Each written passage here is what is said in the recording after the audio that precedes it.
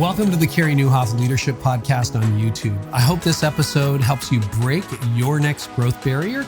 And if you enjoy it, subscribe to my YouTube channel and you'll never miss a thing. Well, whether it's staffing, budget, volunteers, or one of the many other things that hold church leaders back, overcoming growth barriers is the key to progress. So if you're ready to break your next barrier, the Art of Leadership Academy might be exactly right for you. Inside the Academy, you'll get access to on-demand church leadership courses, team trainings, and coaching calls with me. But more importantly, you're going to join a network of over 1,500 high-capacity church leaders. Some will be exactly where you're at, some a little bit ahead, but everybody in the group is committed to leading a healthier, growing church and supporting each other. So if you want to fuel your mission, not just by consuming more information, but by being in a community with people who will challenge and support you, then today's your day. Learn more and start making progress by visiting theartofleadershipacademy.com. And now to today's episode. Carlos, welcome back. I get to say I'm back because I've been back a couple times. You have, of course. You got an open invite. And I got to say it right. Carlos Enrique Whittaker Guzman Archibald Cabello is the full name. There you go. Can you do that in your Canadian accent, please?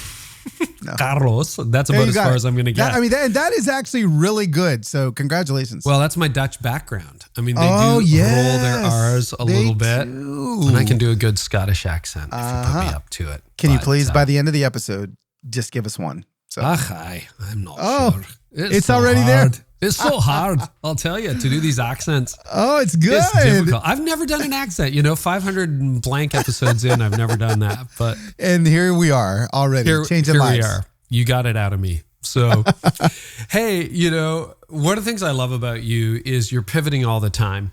As I said before we hit record, no moss grows under your feet. So, worship leader to author to speaker, like I'm not doing music anymore, to fitness guy, to Christian audience, to general audience, to Insta Familia, right?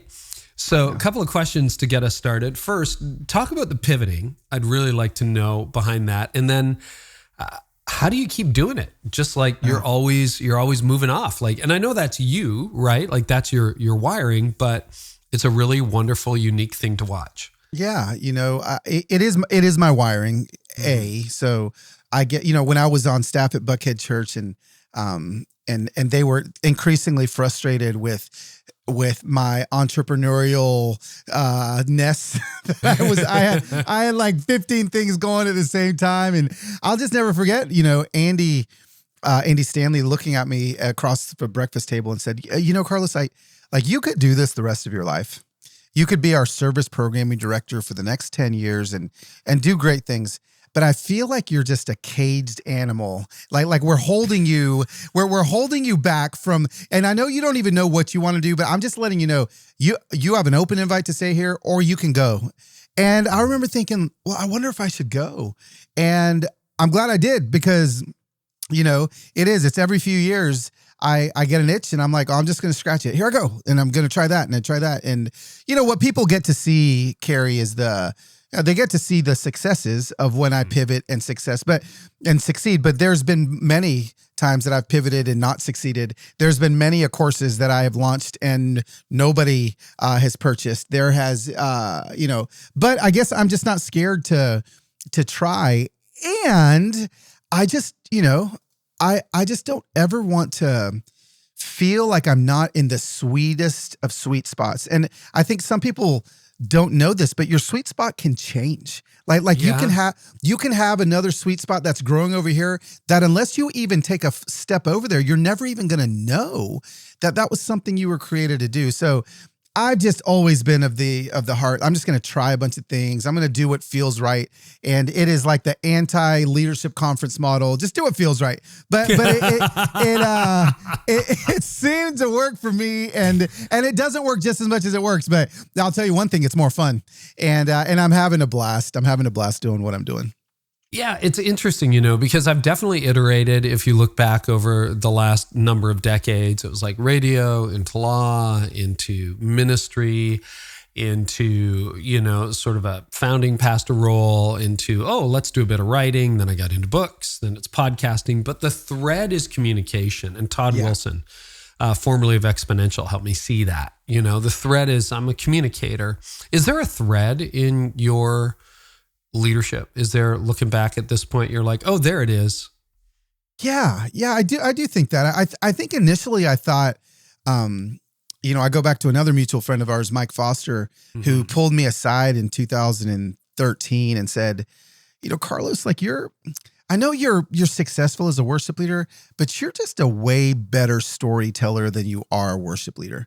And I'll never forget that lunch. It seems like all my life changes happen when friends just take me to lunch and drop bombs on me. But I just remember thinking like, okay, like maybe he's right. Like more people were actually reading my blog than they were buying my music at that point.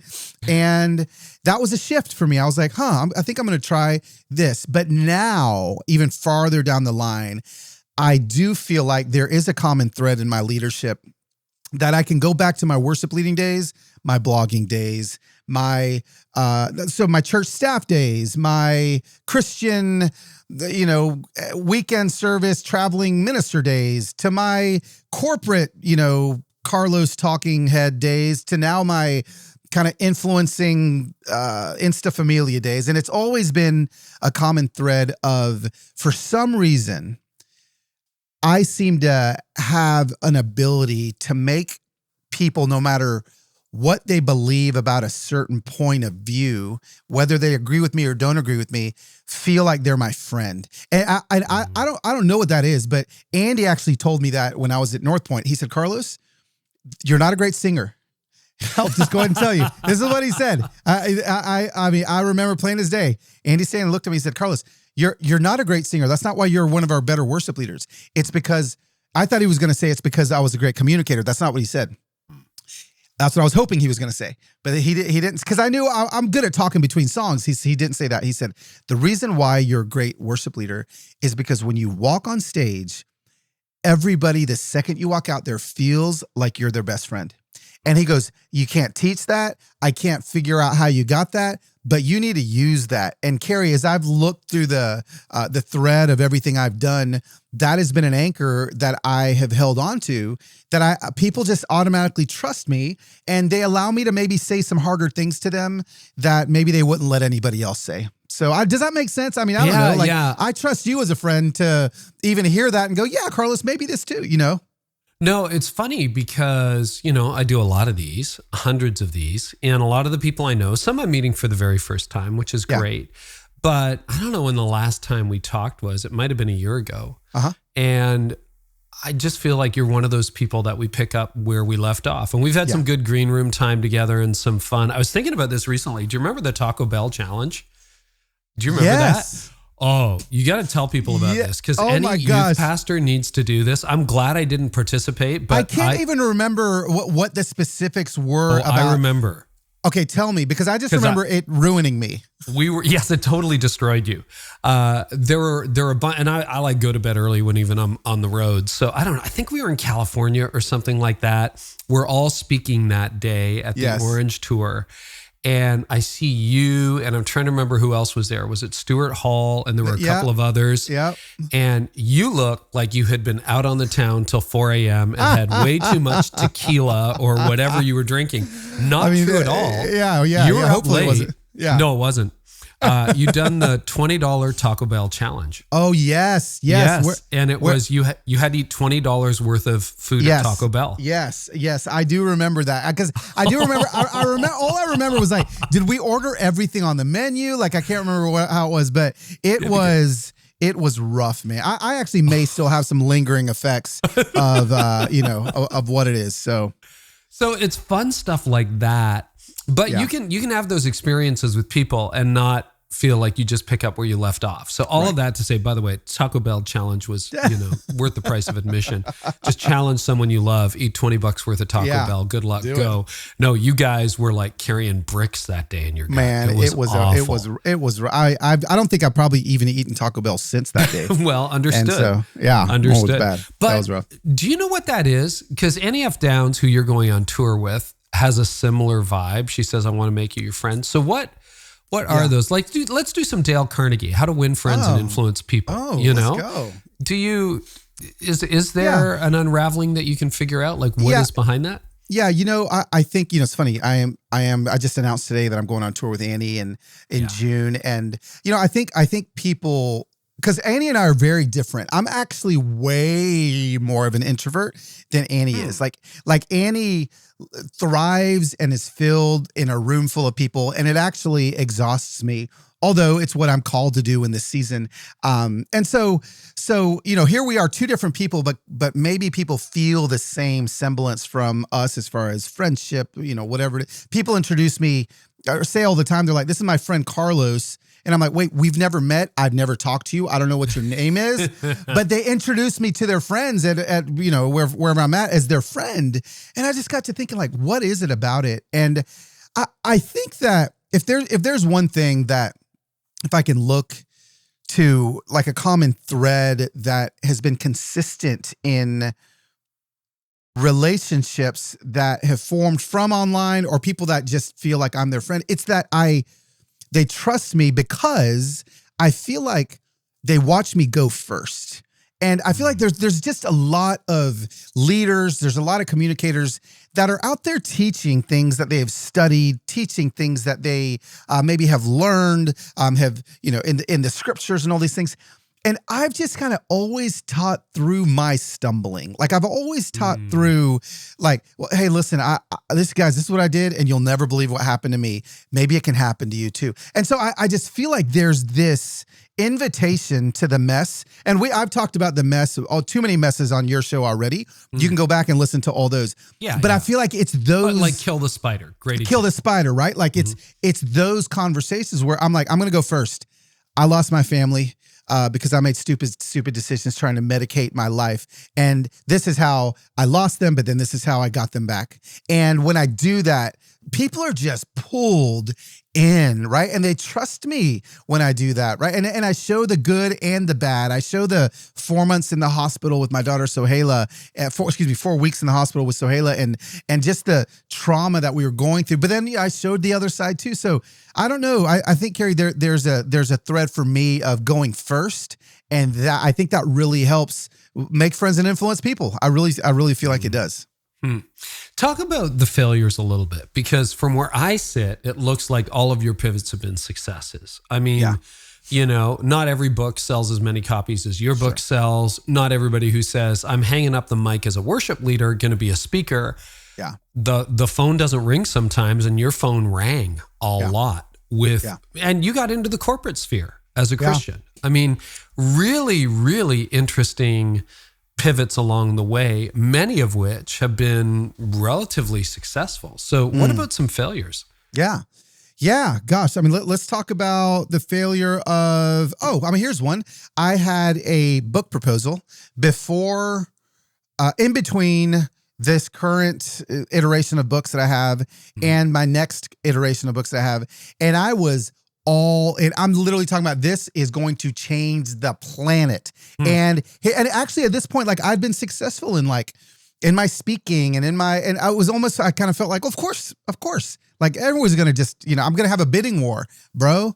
Crickets, like crickets. Like I'm like, and then it got into identity, and I'm like, wait a second, but like I'm Carlos, like I come up with great ideas all the time. All my ideas work. Everything that I try turns to gold. Like it's just this, and it's like, nope, actually that's not true, Carlos. And it was crickets. So like I had this book idea that fell flat on its face. I got rejected over and over and over again. And I literally had to take that idea and not just massage it and turn it into something better, but throw it away, And so that was a really, that was a gut punch for me, as far as, this isn't just plug and play.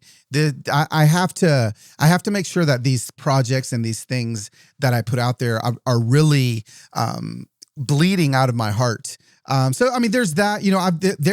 There's failures that I do not show people on my parenting, right? Like people are looking at my family on Instagram and, oh, you got the most beautiful family, the perfect kids. I'm like, listen, like that is the farthest thing from the truth. I know we show a lot of our family on Instagram, but it's kind of my kids' lives now. Like they're not like 3. Like I'm not going to show you the 7 months of my daughter making my wife cry on a daily basis because she was just so mean while she was 14. If I would have shown that, it wouldn't have been like, oh, like everything Carlos touches turns to gold, like everything that he does. But I will tell you this, I do try a whole lot of different things.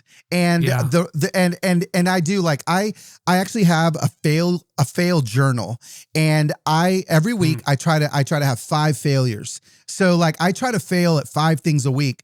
And what does that do? So literally I'm trying like new things, this or that. And by me failing at 5 things a week, I'm succeeding at 1 or 2 things that I never thought I'd succeed at. And so, it's, for me, it's kind of the law of like, the more things I throw, the more things I try, the more things are going to work and the more things I'm going to be successful at. So fail journaling, this is a new category for me. Yeah. Can you give us a brief idea of what that looks like? Do you try to deconstruct the failure? Is it just like, oh, failed at this and on to the next thing? Or what is that? No, it is a deconstruction of the failure, and it's why it failed. And it's a thing that a Enneagram 9 or that like a people pleaser or like somebody that likes people to like him and doesn't like to fail. It was one of the hardest things to begin to do. But now when I fail, like I look, right? Like I look at the data, like I've suddenly become like a data guy, and I'm like, okay, let me try to tweak this for the next time. Like, so for instance, like today, as we're recording this podcast, mine and Annie's tour is going on sale for the first time. Okay. So here's the thing. Normally I would be like, like I hope people buy tickets, but I'm like, no, you know what? Every hour I want how many people are using my code versus Annie's code. And I would have never asked that, but I want to know, what is Annie doing that's different than what I'm doing? And could I do something better if I'm not selling as many VIP tickets to my after party as Annie is to hers? And so I've just gotten to the place now. I'm turning 50 this year. So like this is it's a big year for me. And I've just gotten to the point where I'm like, listen, Carlos's feelings are just kind of like, I can't keep living on my feelings and them feeling good. Like if I want in the next 15 years of my life to have the most impact I've ever had, I've got to deconstruct and look at the data points. And I promise myself things are going to work and things are going to click the more I look at my failures. No, that's a really interesting idea. Failure journaling. That's a brand new category for me, but there is wisdom and you can connect the dots. You hinted at this. You said, when that book proposal just went down in flames, it really hurt. And I think you hinted at the fact that, and it's very natural, this is why I'm asking the question, to say, well, this is permanent. I guess my writing career is over, which is not true. Your How to Human book is either just coming out or about to come out when this interview is released on my show. But, Henry Cloud says, when you run into failure, there's 3 P's. It's personal, it's pervasive, and it's permanent. Personal, I'm a screw up. This didn't screw up. I screwed up. Yeah. Pervasive must mean I'm bad at everything now. I can't lead worship anymore. I can't write. I can't podcast. I can't. And then permanent, this is my death sentence for the rest of my life. Yeah. Super, super helpful. That is amazing. Yeah. Henry Cloud. That is, if we could all... That's why Henry Cloud is Henry Cloud. Exactly. Yeah. Give me 3 P's, bro, all day long, and it's going to change my life, How do you battle that? Did you experience that, and how do you battle it? Yeah, the battle of, especially what was the second word? So it's personal. Yep. It's pervasive. It's not just the book. It's everything. Yes. I'm a disaster, but I'm a disaster everywhere. And then it's permanent and there's no hope. Yes. I'm done. Yes. That pervasive piece is probably the biggest P when I fail. Wow. Like every single time I can't seem to hone in to know that maybe it was just this. Maybe it was just a bad idea. Maybe you ate a bad taco when you came up with that idea.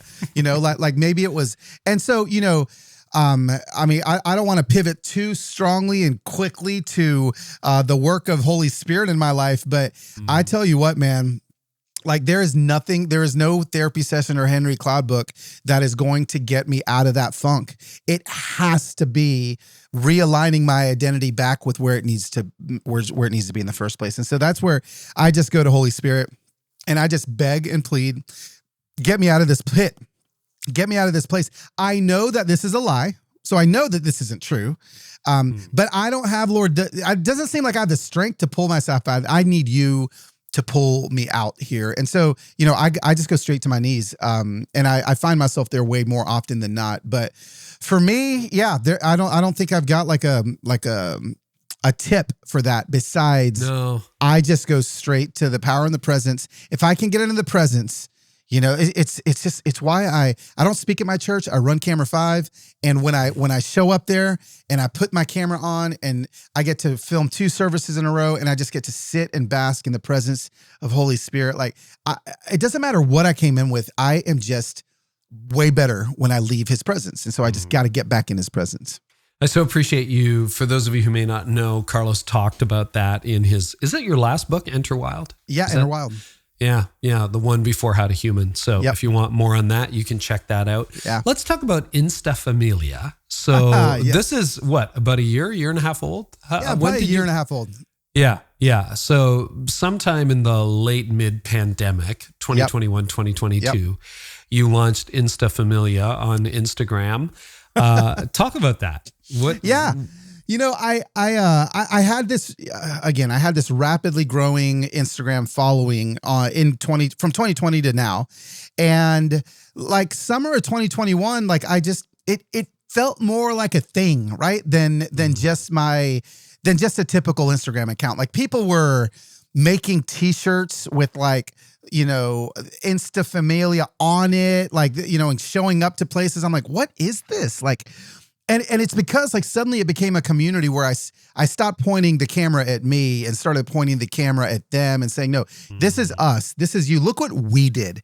Look what we did. Look at what we are doing. And I switched the language and suddenly, man, it started taking off. I remember the day that I took a vote. I said, should we be called Los Amigos, the Insta Familia, or the Hope Dealers or something? And it was like almost a 50-50 tie between Hope Dealers and Insta Familia. And I just remember thinking, man, I've seen Hope Dealer shirts, so we'll just call ourselves the Insta Familia.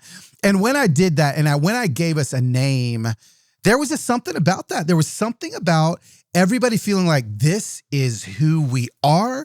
I am a part of this. This is a new thing.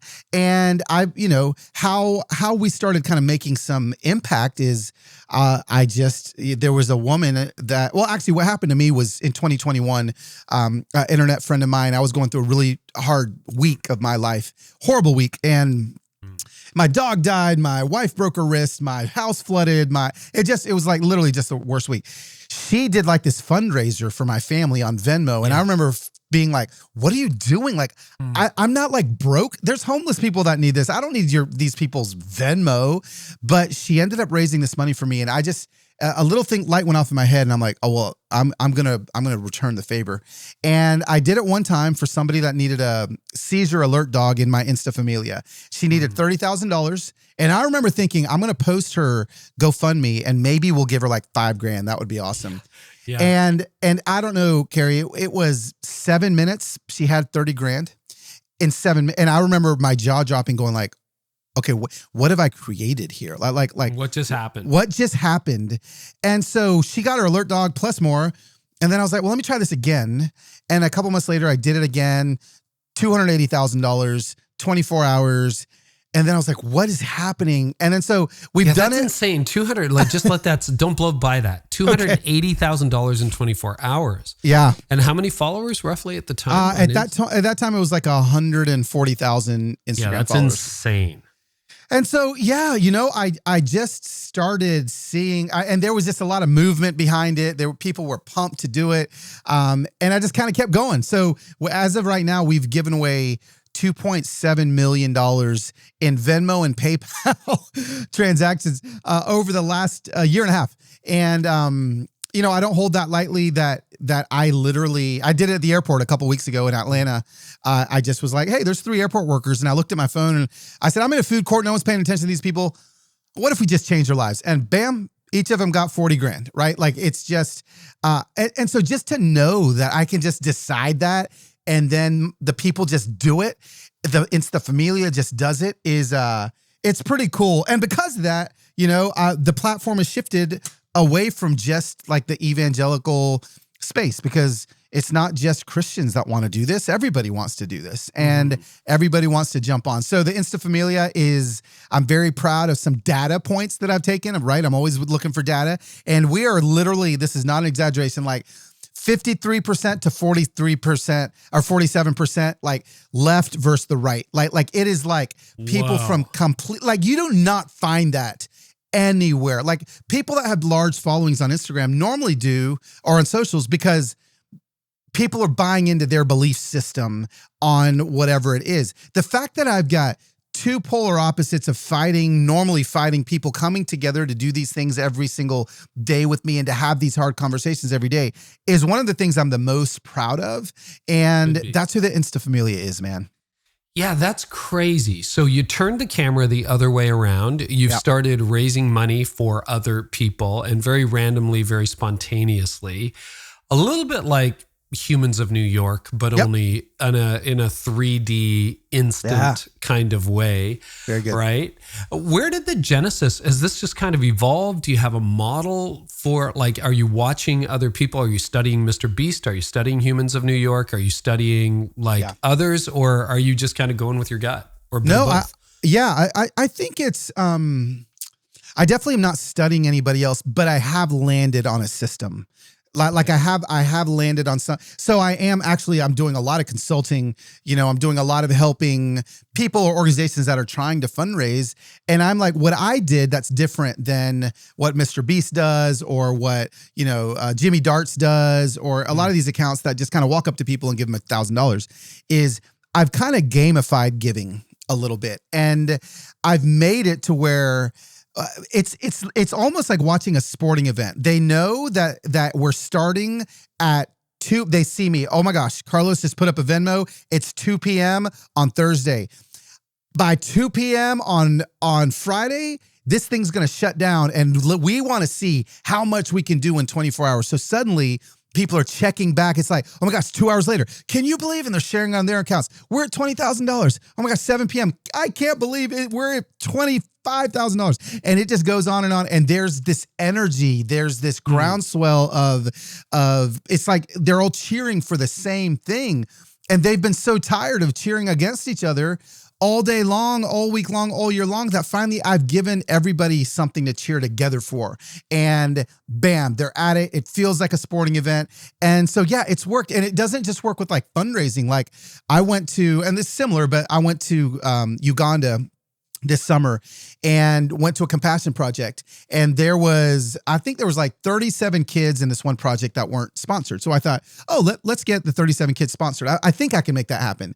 Carey, because of how I do the giving blitzes, in 24 hours, I think we had close to 1,000 kids sponsored. Over almost half the children in Uganda were sponsored in 24 hours. And the reason why is because it's this fun, gamified sporting event that it kind of turns into.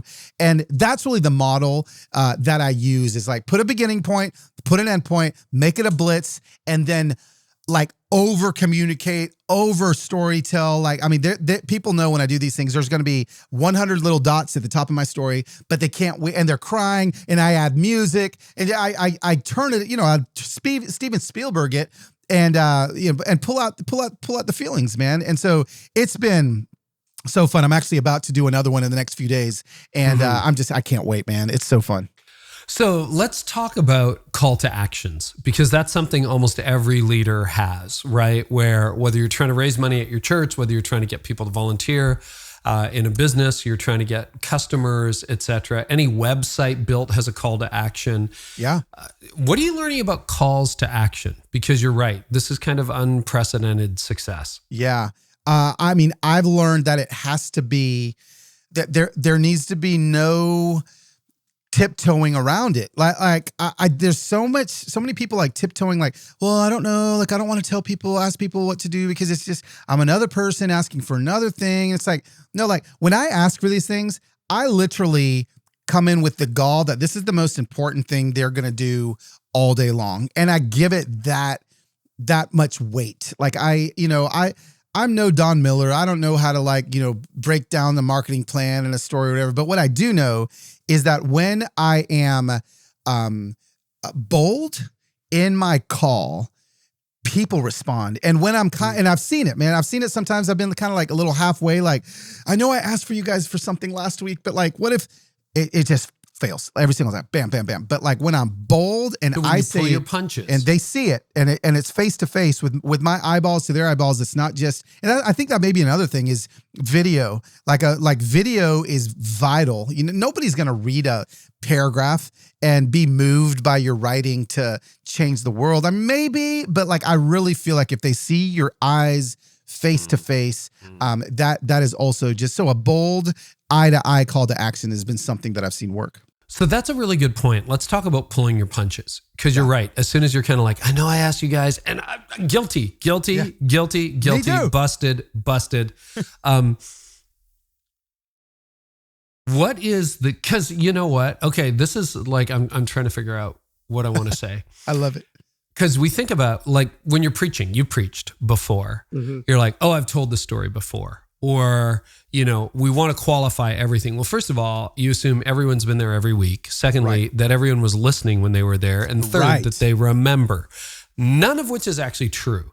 And for the 3 people for whom that's true, you've got 300 or 3,000 for whom that's not true. So don't even worry about it. Right? But how do you check that fear in your spirit? How do you get that boldness where you're like, guys, we're going for it because there's these 3 TSA agents here at the airport and they need money. Yeah. Gosh, you know, I think what you just said is super helpful. Like I think all the time, like if I look at how many people are watching my Instagram stories, compared to the amount of people that follow me, it's actually a pretty small, for all of us, it's way smaller than the amount of people that are following, tiny. Right? And so I always am thinking like there is so much more room for people to come on board that have never been on board before. And if somebody is tired of me saying the same thing over and over, guess what?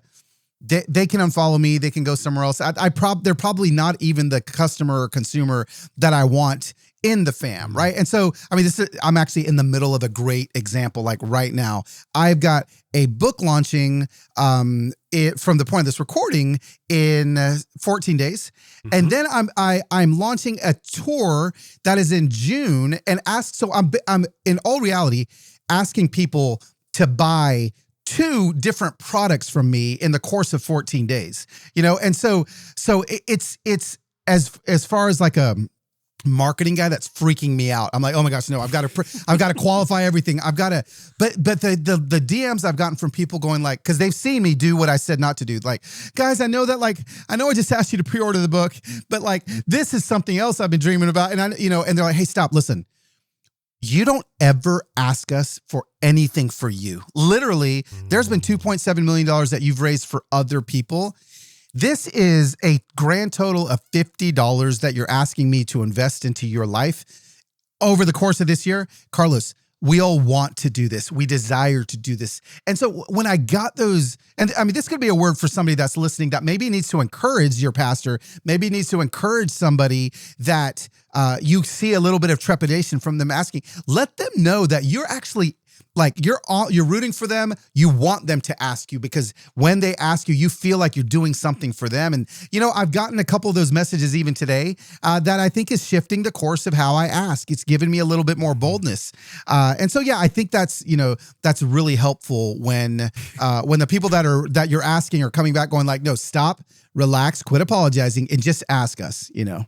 You know, that's such a good point. When I was a lead pastor, I was also a donor and we try to be sacrificial in our giving, etc. Yeah. But now that I'm not the lead pastor anymore, I'm kind of like, challenge me, push me. Yes. You know, I want more, not less. I'm like, no, look me in the eye and ask me for more. I don't know why. What is that? But people, do you see something to that?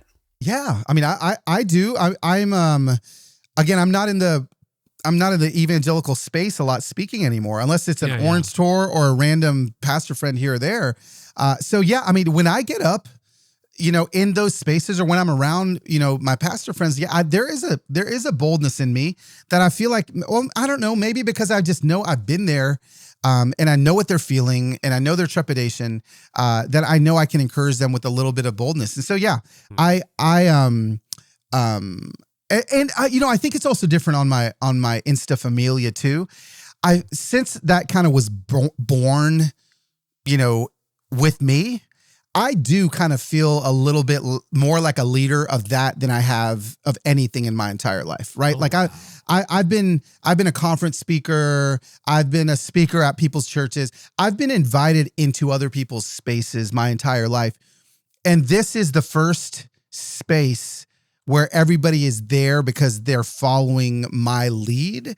And so there's also a boldness there being like, listen, this is how we do things around here. If you don't want to be a part of it, that's fine. There's other online communities you can be a part of. But if you want to be a part of this, we're going to walk with people, not stand on issues, and we're going to love everybody. We're going to get close to everybody. And yeah, I say it with more bravado than I've said anything. And I'm like, where's all this like confidence coming from? And it's like, I feel like it's because this is something that was born out of me. And I feel like these people are looking to me to lead. And so it's fun, like I've led a couple of like staff members in churches, and I've led a couple of whatever, but I've never like led a thing. And I feel like this is like a whole movement that I'm leading, which is a lot of fun. So there was that moment, you talk about it in your book, How to Human, where a couple of years ago, I think you had, if I've gotten the numbers right, 33,000-ish followers on Insta. And you said something very bold about being Black, not Mexican. Yeah. And when you woke up the next morning, you were down 6,000 followers. And within 24 hours, you're down 30%, a third of your followers have bailed because they were mad at you. Yeah. Do you want to talk about that moment? And then I want to trace out how it built since then. But let's talk about loss, because you had that. Yeah. Because you said something you believe in. I did. I made a video where, I stepped into and leaned into the Black part of who I am. And listen, I watch it now. It was the most vanilla, kind-hearted, like soft video I've ever, like, comparatively speaking of what I post now. Like, I was so like, hey everybody, like, I love you. Can we talk about something? And man, but people weren't ready for it, and they weren't ready for me to speak on this justice. And here I was, Carey, like I'd built that 30-something odd thousand Instagram followers that I built had taken like 7 years to build. It'd taken me a long time to build. It'd taken a lot of events, a lot of speaking events, a lot of trust. And to watch them leave like that was gutting. When I woke up the next morning, I was like, well, it was the 3P thing with our friend Dr. Cloud, right? Personal, pervasive, and permanent. Oh, that's what it was, man. It was personal, pervasive, and permanent. I was like, that's it. I may as well just delete my entire Instagram account. Like, why am I even doing what I'm doing? I got to go find another job. I got to go, that's where I went. But the thing was that, I can't remember if I wrote this in the book or not, but I actually went to delete it. When I saw how many people had unfollowed me. Yes, you did talk about that. I went to delete the video. And I mean, isn't that what we want to do, right? We're just like, oh my gosh, if I can just like erase what I said that canceled me, then everything's gonna be fine. And when I went to hit delete, I'll never forget, man. Right when I hit delete, Instagram had another pop-up that popped up and it said, "Are you sure?" And it was if the Holy Spirit could ever been like an Instagram pop-up. Like, yeah. And I was like, oh my gosh, I now have another option to bail. And I said, no, I'm not. And I left it up there, and I'm so glad I did. But I mean, let's just sit in the failure for a second. Like, I went to my wife and I said, babe, I posted this last night. I think I made a mistake. And, she was actually a little bit like, wow, like, I guess some things are going to have to change and shift around here. And I was like, and it was a hard few days. It was a hard few days of, not only did I like lose those people, but they let me know. It was like an airport, and they were like leaving the airport and announcing their departure. Like they were. What did you say? Oh, what did I say? I said, so this was right after the Ahmaud Arbery shooting. And I had never at this point, ever up to this point, talked about anything kind of race, anything racial reconciliation, anything. I was just kind of, helping people along with their spiritual walk and like filming stories about my birds in my front yard. And my Instagram was just happy, kind of go lucky. And then boom, Now, I filmed a video called "How My White Friends Can Help the Black Community Today," and Lord have mercy, I may have hashtagged it Black Lives Matter at the end. This is early 2020, and that's what I did. So I made a little video. I walked up to my desk. I sat down and I said, "Hey, listen, like as your Black friend, you guys are here because you feel like I'm your friend. Let me help you with some things." Mm-hmm. So I kind of listed. I can't even remember what they were, but when people left, man, they left and they dropped bombs on my heart. They let me know. I've never been a pastor of my own church, so I don't know what those emails are that you guys get when people leave your churches, but that's what I felt like. Like they were letting me know that they were leaving and why I was such a horrible human.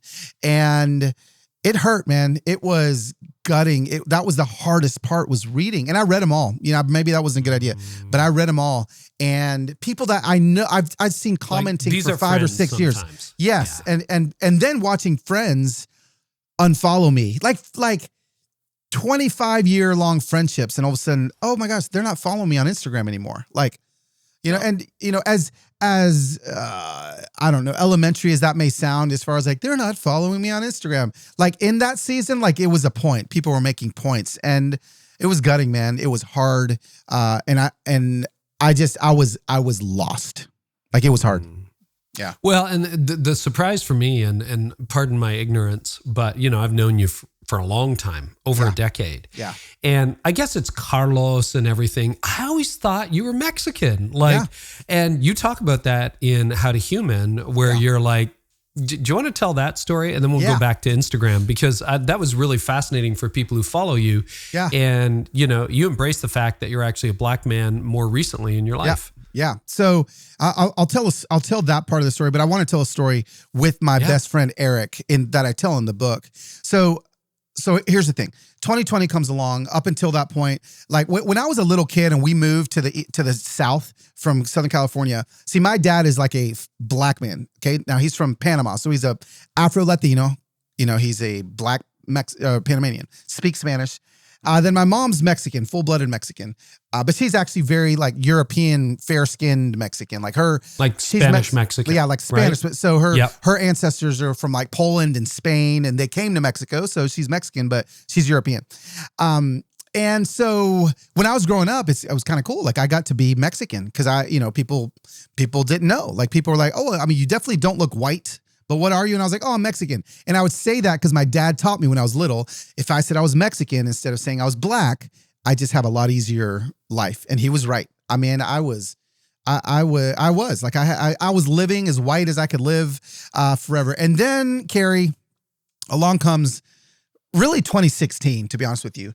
And suddenly, I'd experienced a lot of racism. The Black side of me had experienced a lot of racism that I never told anybody about. But 2016, it seemed to kind of pick up. 2018, and then into 2020, it just kept ramping up bigger and bigger. And oh my gosh. So when I kind of decide, okay, I'm going all in, I'm going to lean into the Black part of who I am.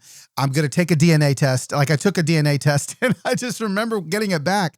And I was like, holy crap. Like I'm a Nigerian prince. Like I actually thought I was all Mexican, but no, like look at where I'm from, Nigeria. This is amazing. And so like I lean in and I embrace it. And I start talking a lot more about that on my socials. And I put that video up and I lose a lot of followers, but I talk about it and I'm talking about things and we'll talk about all that Instagram thing in a second, but fast forward to like late 2020 and one of my best friends on planet Earth, who I realized I hadn't talked to, in a while.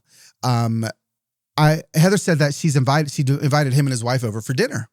And I was like, oh, that's great. Like, I can't wait to see him. Like, actually, I haven't talked to him in a minute. And so I go on Instagram. I don't know why I went on Instagram, but I clicked to see when the last time he messaged me was. And then you can see on Instagram if someone follows you or not. And right away I saw that he wasn't following me. And I was like, okay, wait a second. I've literally been best friends with this guy since we were 18 years old. We are 47 years old. What has happened? And then I looked at my text messages. We haven't texted him forever.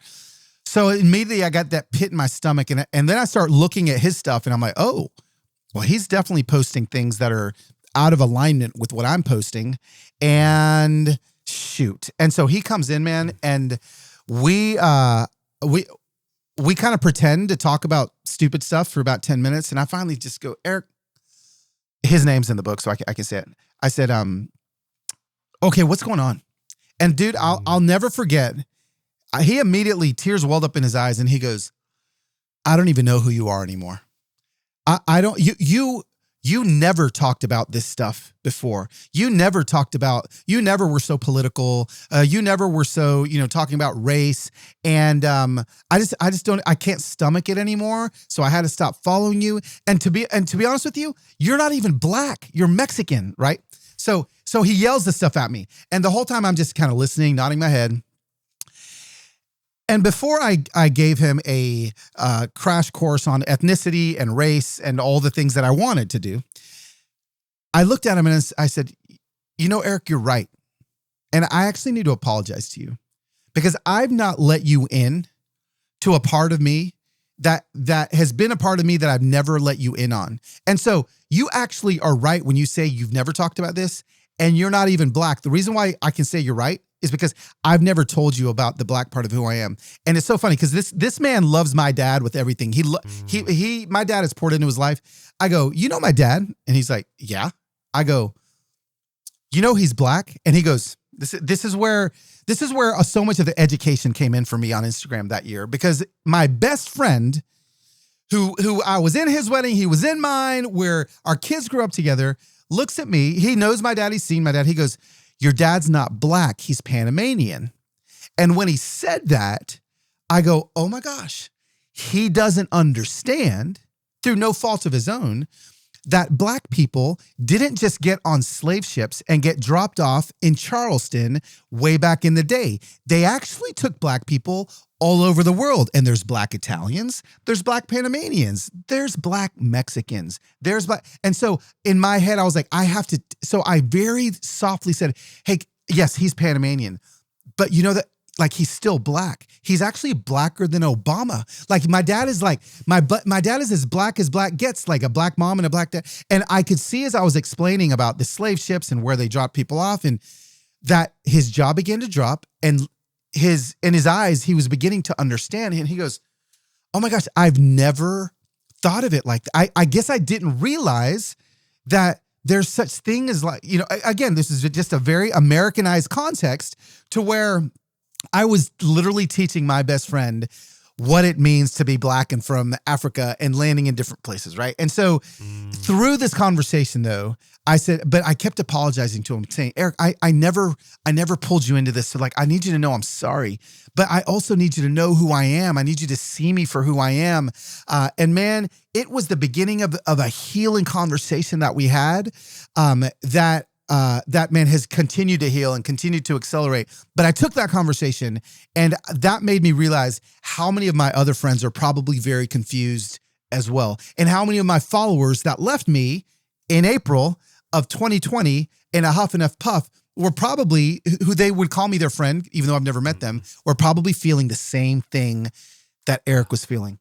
And so this is why it's so important to not hide parts of our story, because when we started, sharing these parts of our stories, and we're proud of these parts of our stories, just prepare for people around you to be shocked, and some people to not be able to even handle it. And so when I am leaning into the black part of who I am, and I'm teaching about racial reconciliation and my life as a black man in the South and all those things on Instagram, I began to teach also just on ethnicity and race and all these other things in a very soft, gentle way. And I started to see those people that left come back, because I was starting to have the same conversation I had with my best friend, Eric, and he came back, and they started to come back. And it was a really healing moment. Wow. Thank you so much for sharing that. And thank you for sharing that in How to Human as well. Yeah. I appreciate it. What kind of challenges have you faced growing up black / quote Mexican in America? Maybe it's helpful because you explain it in the book, but why did your dad tell you that you're Mexican? That was I will not forget that story for years to come. Yeah.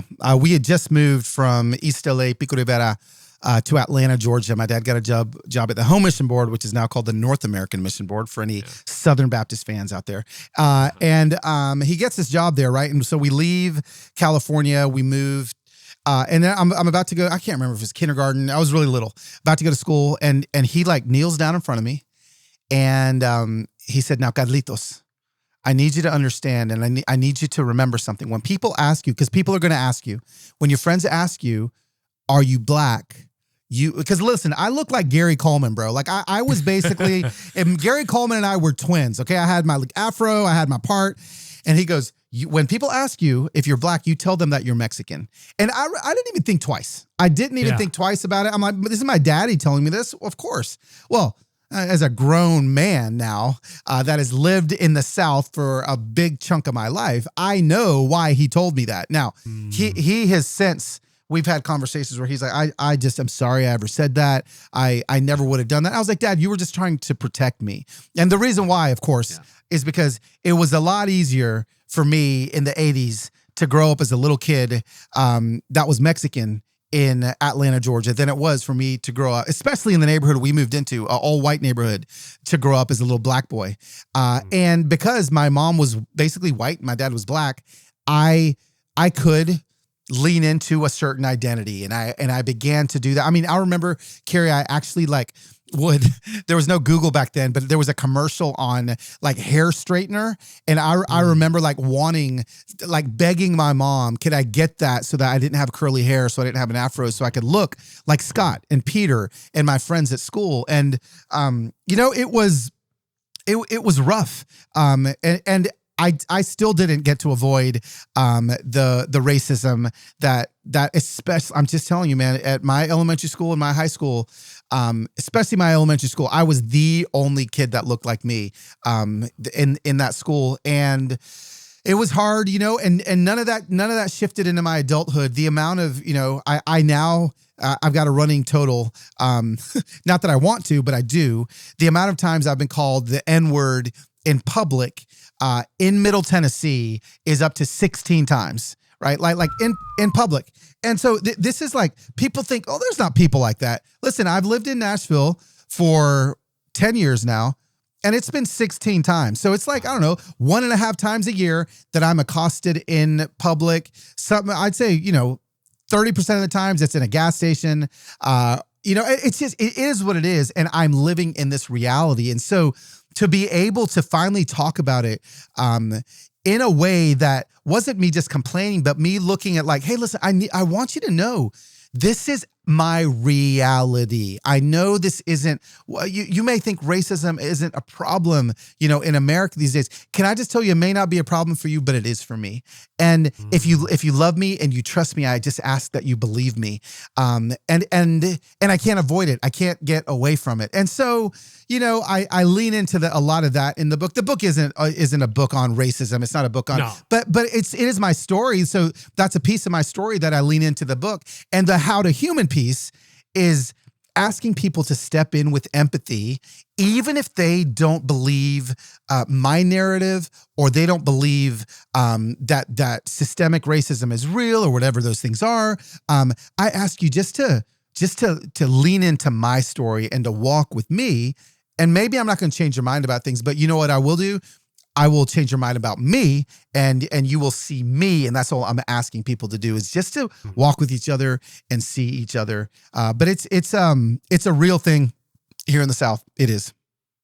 So one of the things that I think is really remarkable about what you do, particularly on social, which is where your dominant voice seems to be, is you say things that normally would be divisive, like losing 11,000 followers overnight, losing your best friend, Eric, who you hadn't talked to in years, because you've spoken up on an issue, because you've established a point of view and you've written. And again, I'm certainly hoping, I don't think my listeners have stopped listening at this point. We are trying to do the same thing here. But there are people who, hearing that story, would have hit stop and unsubscribe and moved on. Right. And yet you went from 22,000 followers on Instagram 2 years ago, 3 years ago to 2 years ago. I looked the other day, 300,000, 300 it's 255. 250. Hey, that's a lot of people. Yeah. That's a lot of people, dude. So 10x.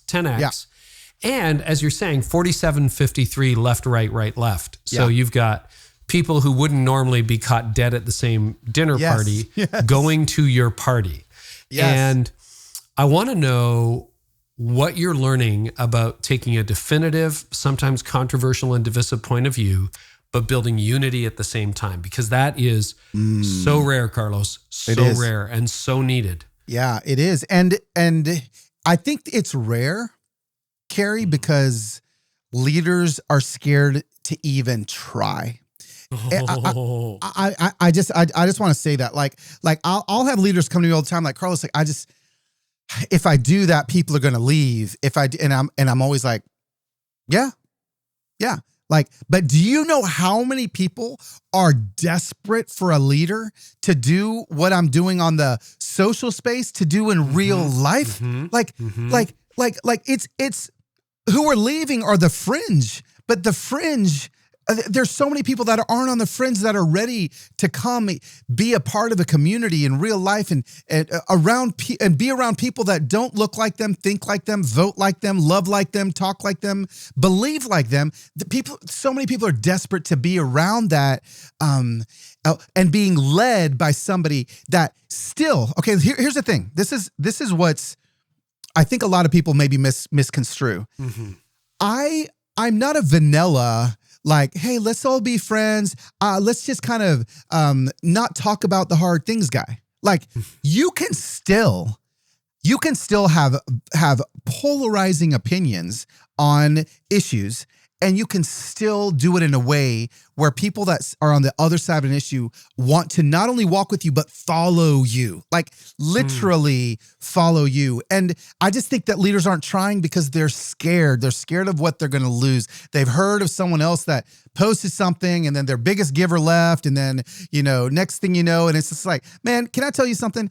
I'm ready for my pastor friends, and a lot of them have done it already, but I'm ready for them to stop worrying about the biggest giver leaving if you're being the hands and feet of Jesus. And he's going to provide, he's going to return, back to you what you've lost. And guess what? Maybe you're supposed to be maybe your church isn't supposed to be this middle, I'm not going to talk about touchy things because I don't want to, maybe you're not even supposed to have as many people as you have there because you're just tiptoeing around some truths that maybe are going to offend people.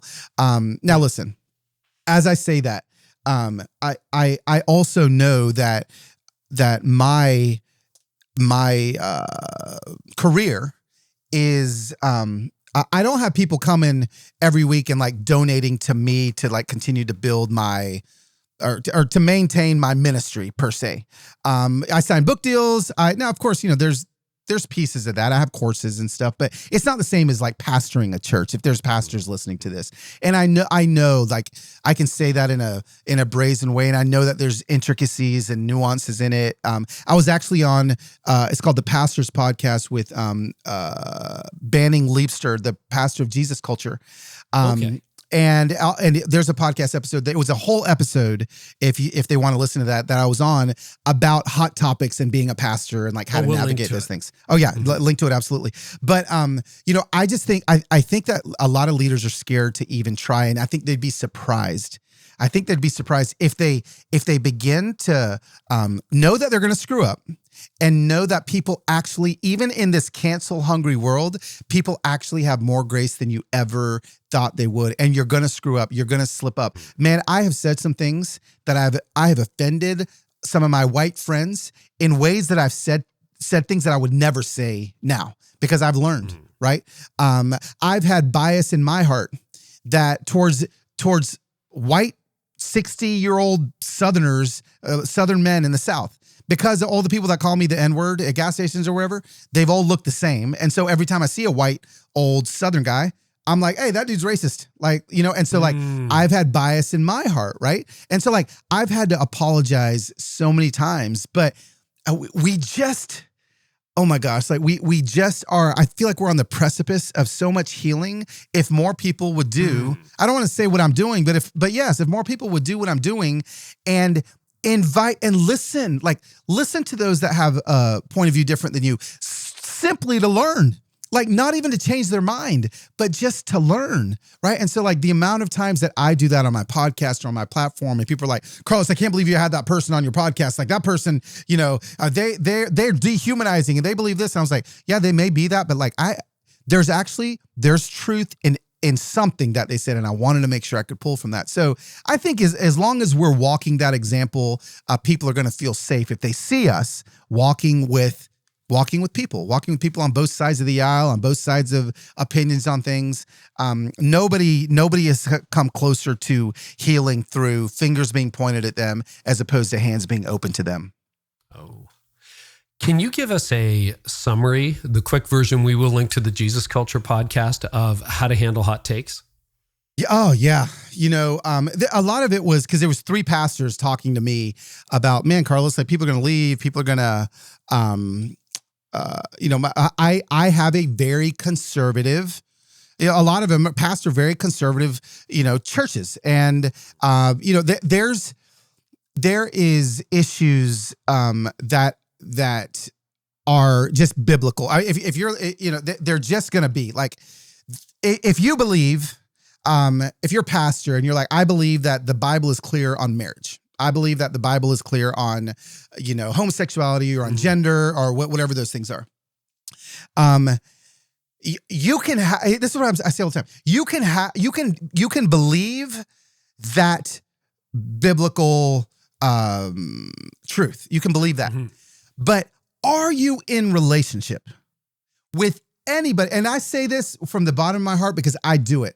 Are you in relationship, not to change your mind, but to make sure that you are loving the people that may be wounded by, honestly, people are wounded by the Bible all the time. The Bible's not like a dull object. It's sharp, right? And so are you walking on purpose with people that may not agree with you? Like having lunches, having dinners, being in relationship with them. I said it on a Instagram post that, man, it was another, I probably had 2,000 people unfollow me a couple weeks ago. I put up a rainbow flag on my Instagram and I said, "Dear LGBTQ Insta Familia." And I basically wrote them a love letter saying, I love you and I'm glad you're here. And you know what I didn't do in that letter? I didn't give them, because people want me to say this publicly all the time and I just won't. People wanted me to say if I'm affirming or I'm not affirming, if I'm this or if I'm that. And I'm like, my LGBTQ friends, my friends are the ones that I talk to in my DMs. They all know that answer. And they'll be the ones that know the answer because they're the ones that need to know that answer. Everyone else that asks me that question, you're just trying to get a hot take out of me so that you can make a decision whether to follow me or to not follow me. And so what I'm going to do in public is love them and be with them. And guess what? I've actually learned some things that have made me go, I've never thought about it that way. Now that may sound scary to some people, but listen, we are not God. And again, now there may be more people like unsubscribing or whatever, but I'm not saying we're not God as far as theology. I'm just saying that until the day I go see him face to face, I'm going to continue to learn, continue to study the scripture, continue to have it move me, continue to learn new things about people, even if I don't agree with how those people are living. And even if those people are living in a quote unquote sinful way, you can still learn from those people. I wish I could tell you, I'm going to have to come back in another podcast and tell you this experiment that I did in August of this last year. I got off of line for 9 weeks. And I took off, but I went, and I will tell you this, I went and dove headfirst and lived inside of a community of people that vehemently disagree with me on a lot of issues. And I surrounded myself and I soaked myself, and I basically wanted to take my little tagline, don't stand on issues, but walk with people. And I wanted to do an experiment on it. And so I did. I dove headfirst into it. And can I tell you, I left believing the same things I believed. My forward-facing values were still intact, but I learned a lot about how to love a group that maybe I wasn't loving, and that's all I'm saying. And I said it with a lot of words, but I don't know if that made sense enough for you. But that's really what I'm saying there. It makes a lot of sense to me, and it really helps. We have covered a lot. Yeah. What is a question you wish somebody would ask you that nobody seems to ask you these days? People ask me a lot of questions, Carey. I know. I mean, I always like it when people ask me, like, but I know, Carlos, that you give us your opinion on a lot of like hot takes and a lot of like controversies, but like, how are you and the Lord? Like how are you and the Lord doing? Like, no one really ever asks me that, not even like my close friends, but talk about like a relationship that people should be checking up on. Like that is one where it's just like, because sometimes people could ask me that question and I could be like, I'm almost an atheist, but nobody would ever know unless they asked me the question. Right. And it's just like, well, how is it going? I mean, thanks for asking. With you and the Lord. Yeah, it is. I'm in a wrestling match with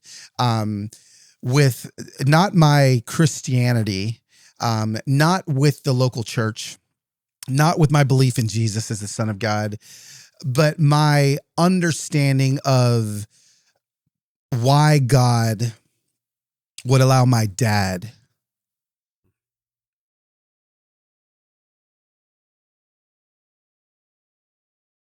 I'm wrestling a lot, knowing what a great man of God that my dad is, how he sacrificed his life for the gospel and just did so much good, and why my dad would lose any memory and all memory of who I am.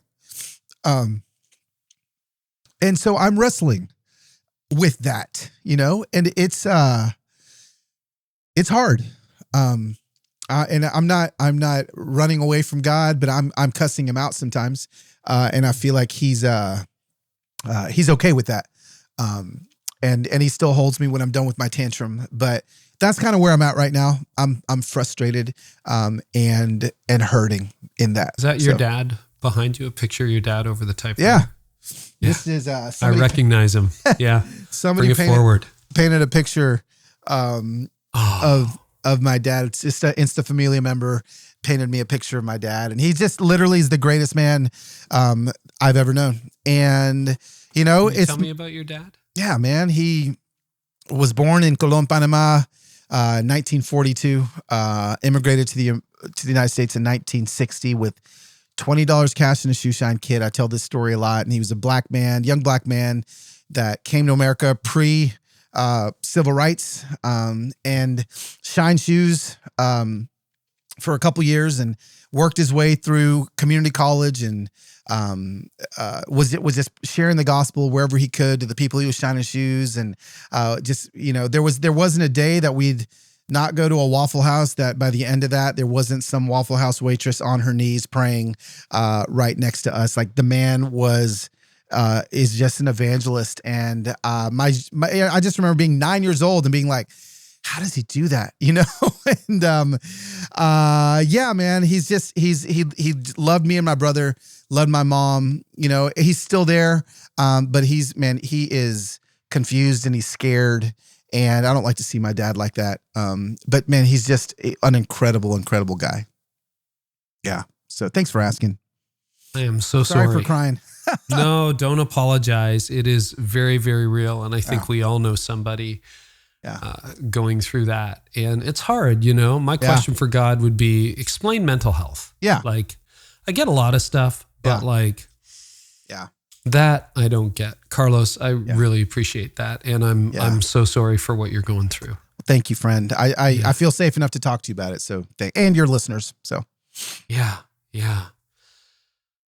Oh, man. Well, Carlos, anything else you want to share? And I do want to hear about How to Human and the tour and anything else you want to direct our listeners' attention to.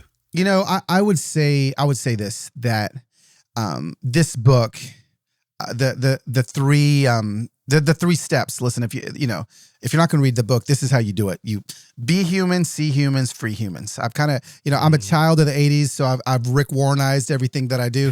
So I've make things rhyme. Three simple steps, really, right? Mm-hmm. So be human, be who God created you to be. See humans, and this is the hard part, right?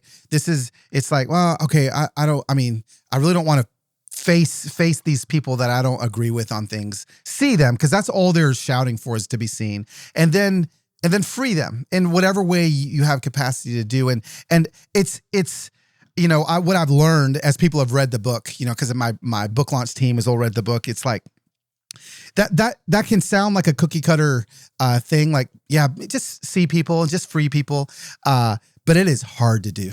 It is hard to do. And so I know that this book is going to be work. It's going to be work for some people to be like, man, he's asking me to do some things, to go talk to some people I don't want to talk to. But again, I asked, just like, Reggie and Orange, their last year, the theme was be human. And they talk about Jesus leading through proximity. And I just would love for people to realize that the only way we can have impact is when we are up close, when we're up close to those that maybe we can't stand. Maybe they're dehumanizing you. Maybe they're voting for people that you think are just atrocious. Those are the exact people that we're called to get close to. And that's just what I hope people get out of it, is just some other tools that they can use to maybe heal some relationships that may have been diminished or destroyed over the last few years over politics or health issues and whatever. I don't want to say the word because I don't want it to get censored, But if your relationship didn't start with those things, why in the world would you let it end with those things? And so, wow. That's kind of my hope for everyone that reads the book. The stories are incredible. Like, it is a book just chock full of stories, and they're really moving stories and really powerful stories. So I echo whoever said you're a great storyteller. Oh, thanks, man. Right. Yeah. So that's that. I obviously. Great. You can, I'd love for them to join the Insta Familia. We're always finding people to help. Come on over. If you got $5 in your Venmo account, I'll be asking for that within 30 days of you joining in the family. So and it's at Lost Wit still? Yep, that's it. That's still me. And where can they get tour information?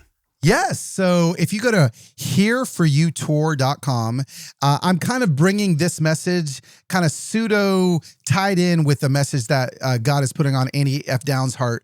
And we're just going to kind of be on stage the whole night together. It's going to be an amazing night. We're going to be having a lot of fun, special guests. But if you go to hereforyoutour.com, it's all in June. And all the ticketing info is there. Awesome. Carlos, until next time. Thank you. Absolutely. Let's do it. There's a new movement happening in the country to reclaim the promise of Jesus' unconditional love and grace, and to see his church rise above the culture war. He Gets Us hopes to give it a voice. The biggest faith campaign in history, He Gets Us invites a rapidly growing audience, from spiritual explorers to like-minded Christians, to reconsider the radical life of Jesus. Whether people believe Jesus was God or just a man, they're invited to consider his example for themselves.